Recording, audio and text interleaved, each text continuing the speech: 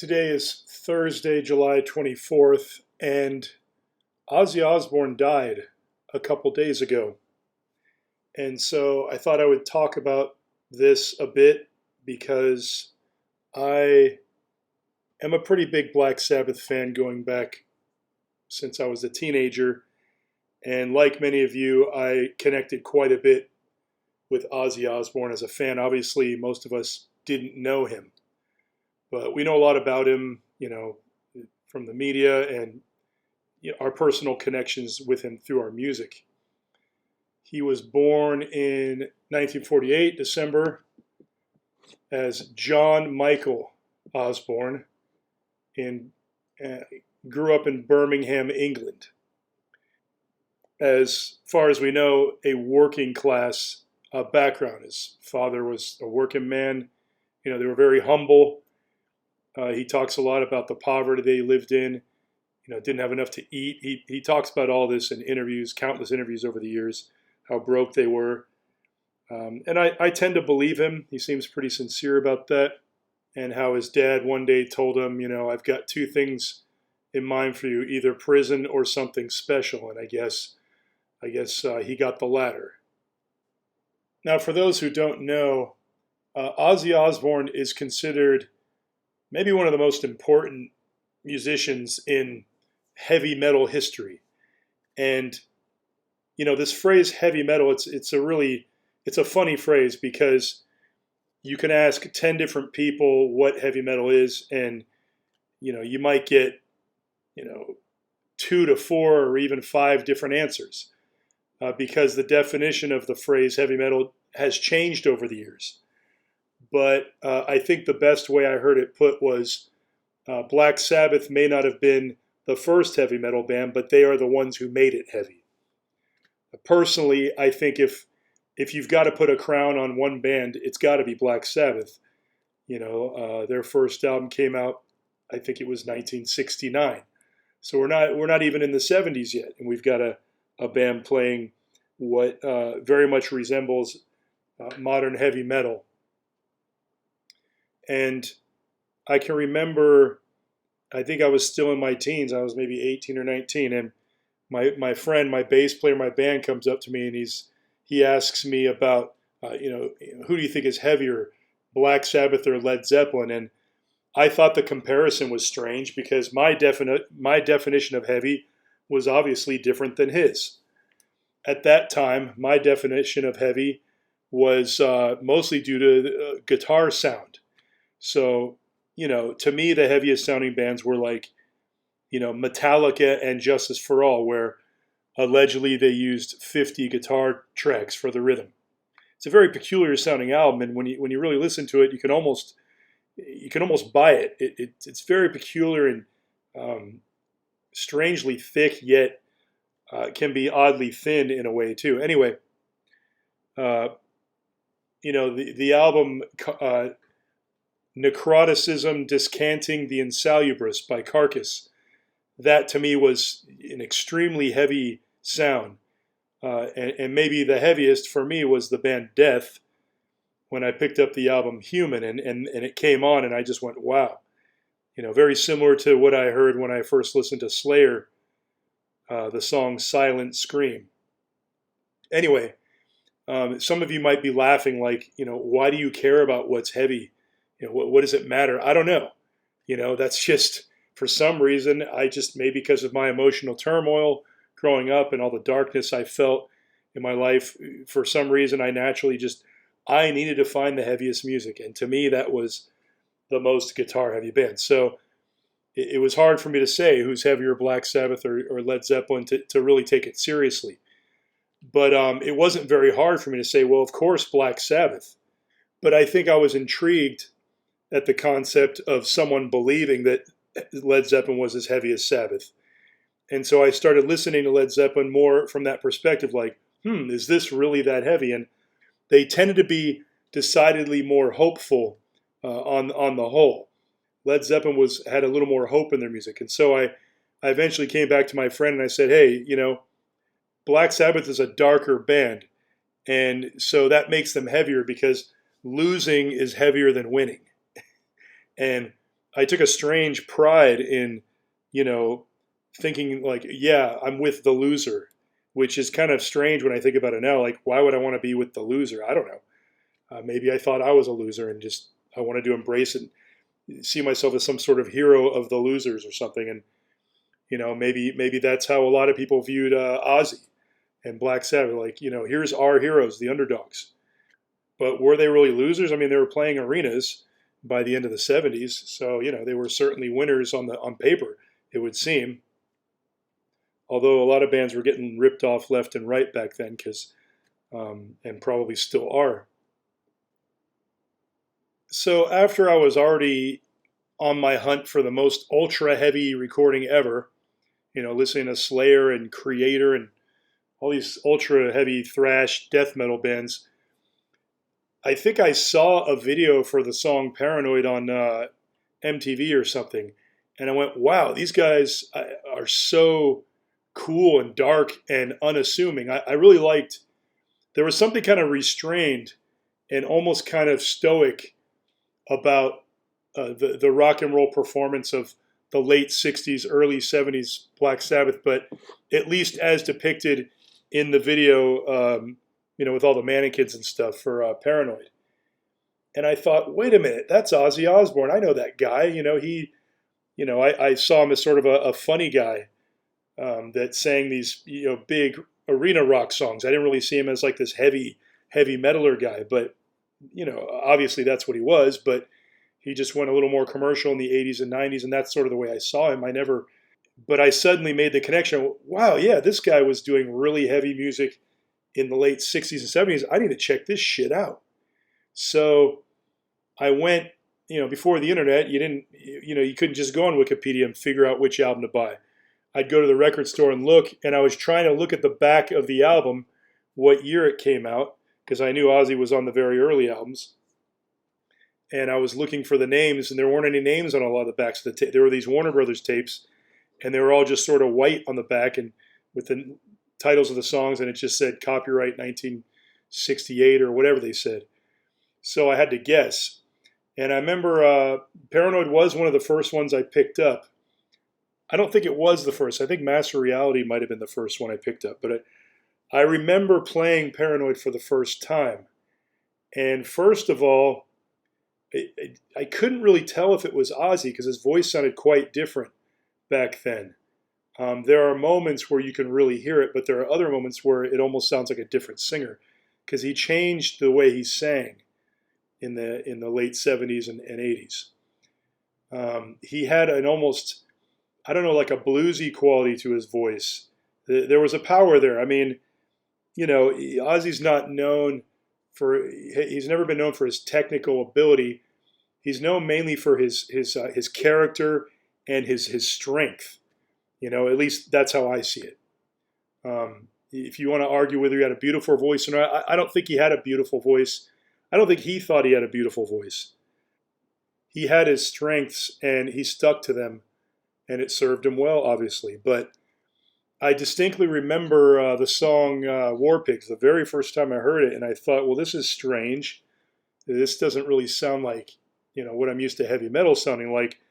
But what really hit me like a ton of bricks right from the beginning was the intense feeling. There was just a very dark, intense, like the world is over feeling, like really, and I don't know, I guess I had been depressed enough at that point in my life to connect with what I thought was a very depressing feeling. And I looked around my room, and I still remember there was a church that I could see out my window, and I was looking at the church, and I can remember all these depressing moments staring at that church, and all those dark feelings just came rushing up with that music, with that song, War Pigs.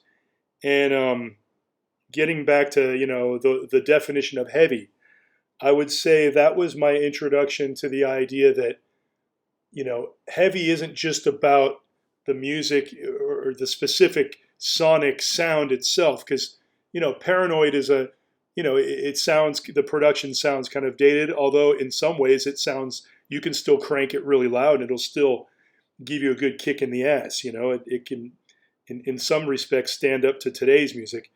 because a lot of modern music has gone back to trying to sound like, production from the 70s. And for good reason in some cases, I would say, because what I think the big difference between 1970s hard rock and 90s 2000 more modern is that there was more space in the music. You had a guitar over here, a bass over here, drums over here, and the voice over here, and the solos would jump out in the middle, and you felt like there was all this open space. So to some people, that translates as not as heavy because, oh, well, there's all this open space. There should be 50 guitars filling that space, right? But if you listen to jazz, a lot of the classic jazz recordings, you can sort of hear the room, and you don't have overdubs. You only have the individual instruments, and that's all the sound you're getting. And there's a certain beauty and a certain heaviness to that once your ears get accustomed to it. And I think Led Zeppelin sort of started that whole tradition of taking the jazzy, bluesy room sound and perfecting that in the rock and roll category, so that other bands could sort of splinter out from there. Anyway, I digress. I like to say, if I can pick the heaviest album of all time, I usually say Paranoid, and I say it for the reasons I've said already. It's not just about the sonic sound, but it's about the feeling, the vibe, the lyrics, the energy, the themes, what it makes you feel. And nothing says heavy like War Pigs. And it's the lyrics too, because they're talking about the Vietnam War, which was still happening at the time. So it's not just fantasy. They're talking about reality, which gives it another level of heaviness to it. And then you have, of course, Ozzy's voice howling above, like you can almost picture him. You see it in your head. You see him walking around fields of bodies burning, and him just sort of, sadly staring out, and just stoically wailing out these lines that just hit you like a ton of bricks. And you just see it. It all seems so real. I mean, that's heavy. It's not like, I don't know, when I listen to a band like Slipknot, or some of these more modern, heavier bands, there's almost like a sarcastic jokiness to it. I don't know. I don't really know how to describe it. And I don't want to stereotype all heavy bands that are newer into the same category. I mean, I don't honestly follow. I don't know what a lot of younger people listen to these days. I just know that the evolution of heavy and metal, it keeps evolving, and Sabbath exists in this magical time where I think there's a heaviness to rawness, and there's a balance, of course. The black metal scene sort of prided itself in how bad it sounded, and it became like a joke. Like, these people that have money and access to good studios are going there and, yeah, give me the crappiest microphone and the shittiest amp. I want to make sure I sound as shitty as possible. And that's just like a joke at that point. With Black Sabbath, I think I tend to think they tried to sound as good as they can with what they had, and that comes across as very genuine. There's just something very genuine about the music that gets lost, with a lot of more modern music. So Ozzy quit Black Sabbath in like 1978 or something, or he was fired or something like that. And he went and, of course, formed his own band. He got Randy Rhoads, and his whole solo career started. Now, my trivia is a little rusty, but I believe at that time, Black Sabbath and Ozzy solo both had the same management, Don Arden, who was the father of Sharon Arden, now known as Sharon Osbourne. That's how he met her. She was, I think, working in the office or something. So they shared the same management, and yet we're playing up this kind of rivalry, which, Ozzy says was at least somewhat genuine at times. But I think for the most part, they didn't, hate each other the way a lot of people thought. They just sort of went different directions, and of course reunited several times.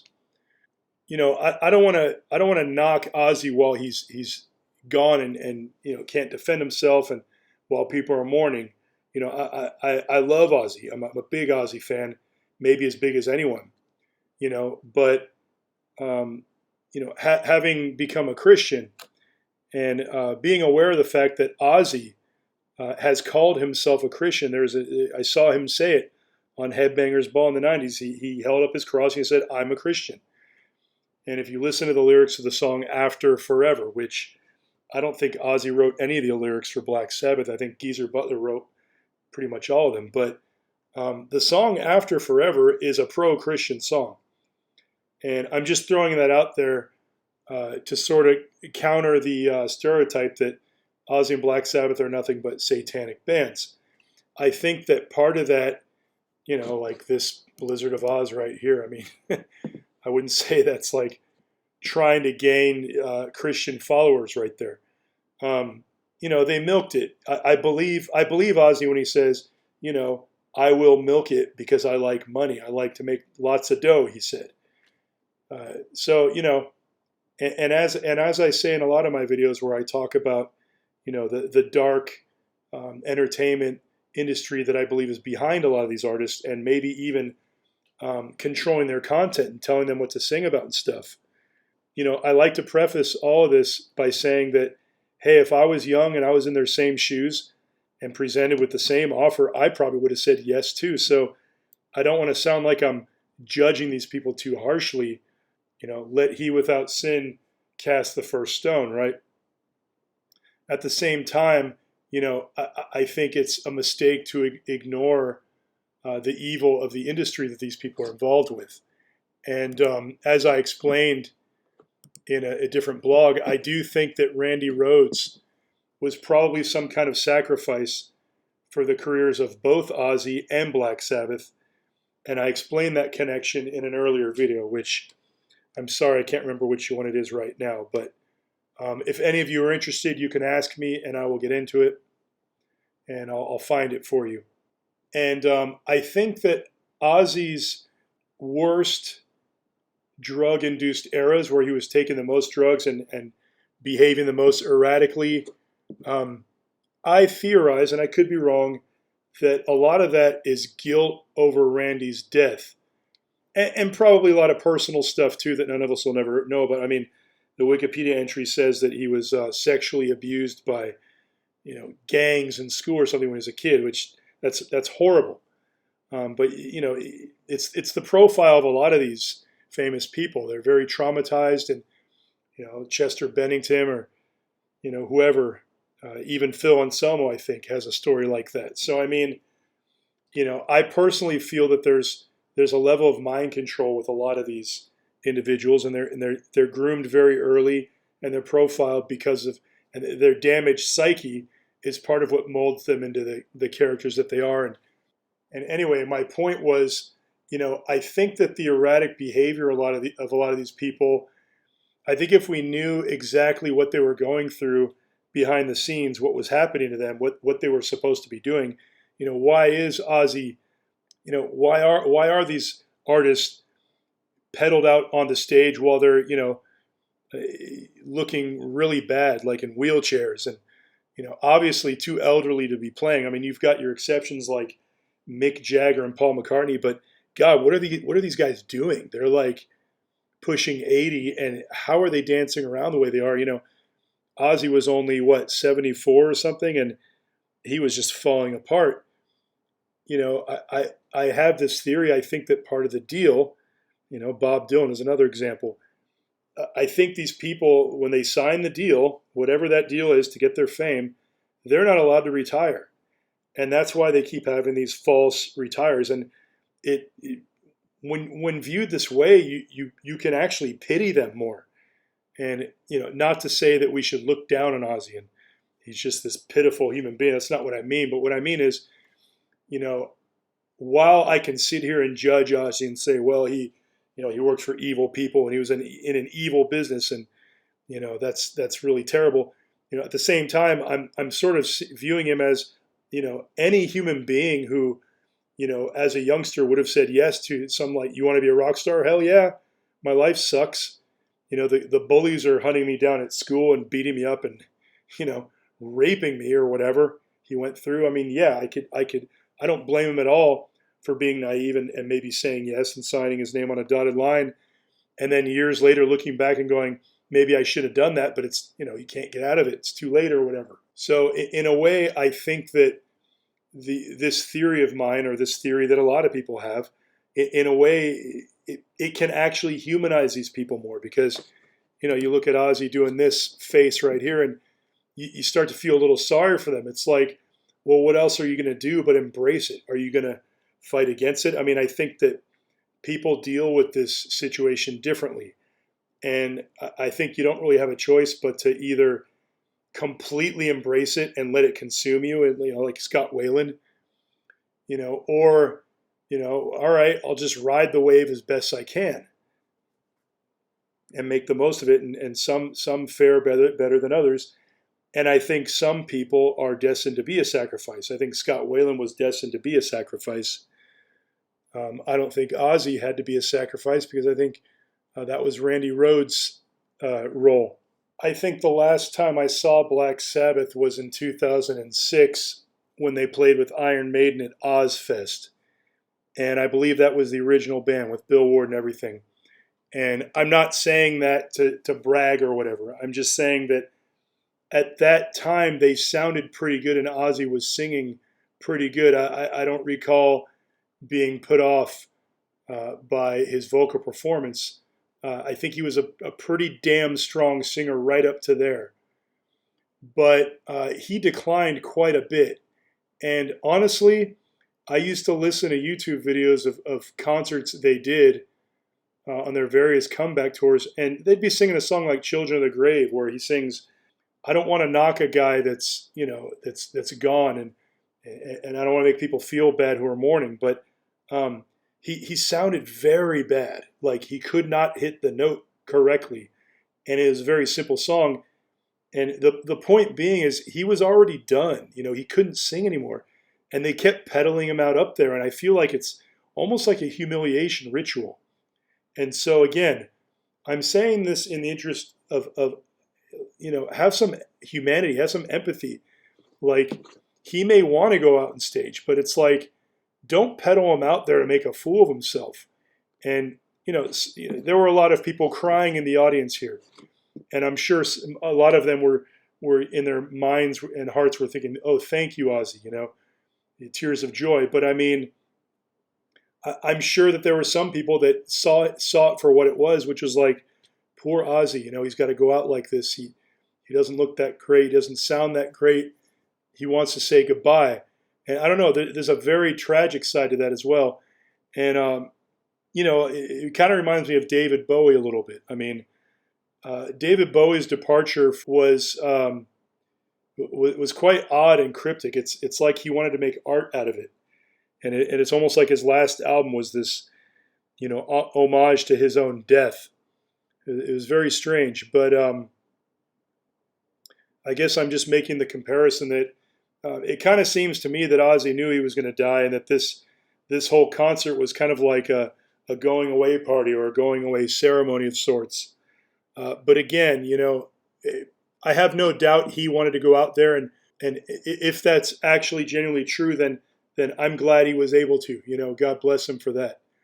But I just think it's unfortunate that you've got your like Vince Neils and your the Scorpions and these bands that are just getting really old and just looking really bad, and AC/DC, and it's time to hang it up, and I think they get trotted out there. I don't think they're allowed to retire.